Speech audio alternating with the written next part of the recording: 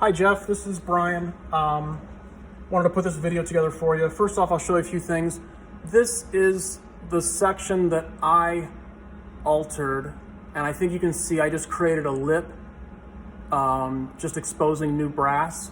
That could be an emergency solution if you end up not having enough, original housings, but I hope that's not the case.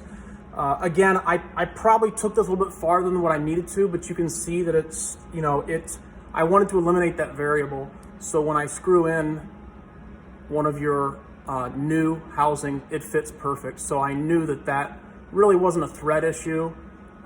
It was the step on the collar.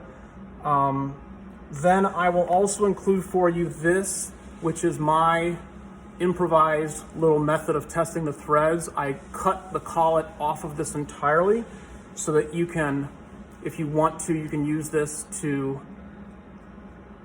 test your sections. So the way that I came to the conclusion that it was the collar that was rubbing was supported by this. Sorry, that's our dog. So my hypothesis of the collar rubbing, was supported by using this piece. And you can have this if you want. Just remember that, with these threads, if you are using it over and over and over and over, especially inside a metal section, they can start to wear down. The brass can kind of, so if you're going to use this 100 times, it might not remain accurate over 100 times, but I think you get the idea. I'll include those. So these are the pliers that I'm referring to. And you know what? I'm just going to send these to you with the package. You can keep these, but I have these rubber tubes. And the reason that you can keep these is that I didn't specify. They aren't household pliers. They actually have this channel lock so that you can adjust the width.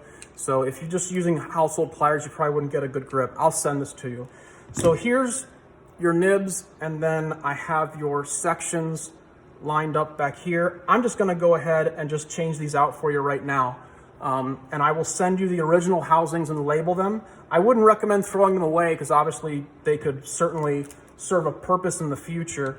So what you're going to do here is just grab the nib and the feed at the base right here.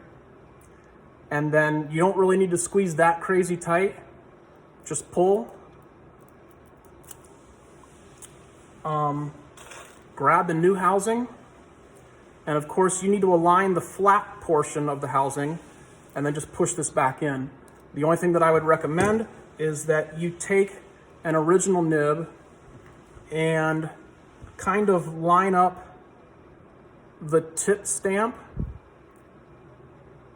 So hopefully you can see that the M stamp is about the same distance on both of these nibs from the collar. That's going to tell you that you're seated well. And then you can also take a look on the back to make sure that the feeds are both identical. So you might want to keep a nib on hand that is complete, that hasn't been torn apart or that hasn't been disassembled, so that you can use it as a model as to how far this needs to go in.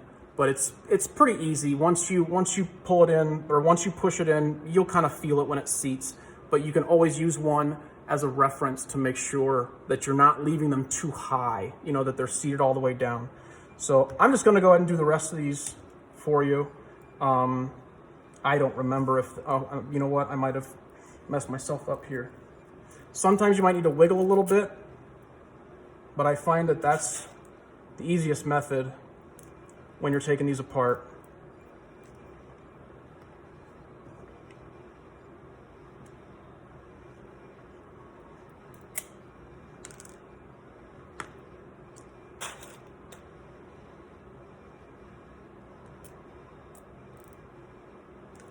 And I am keeping a pretty firm grip on this, but I'm really doing no damage to the nib or the feed.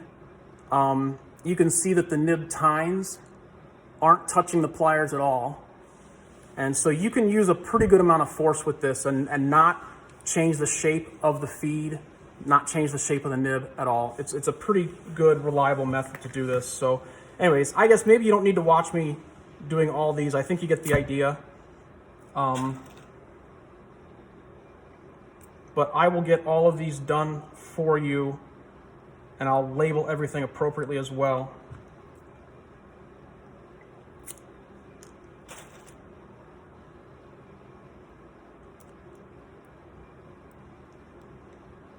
But let me take these existing ones and go ahead and put them into your sections.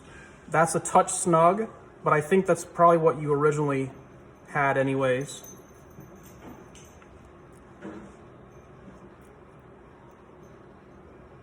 That's also a touch snug, but like I said, I'm pretty sure that that's how they were.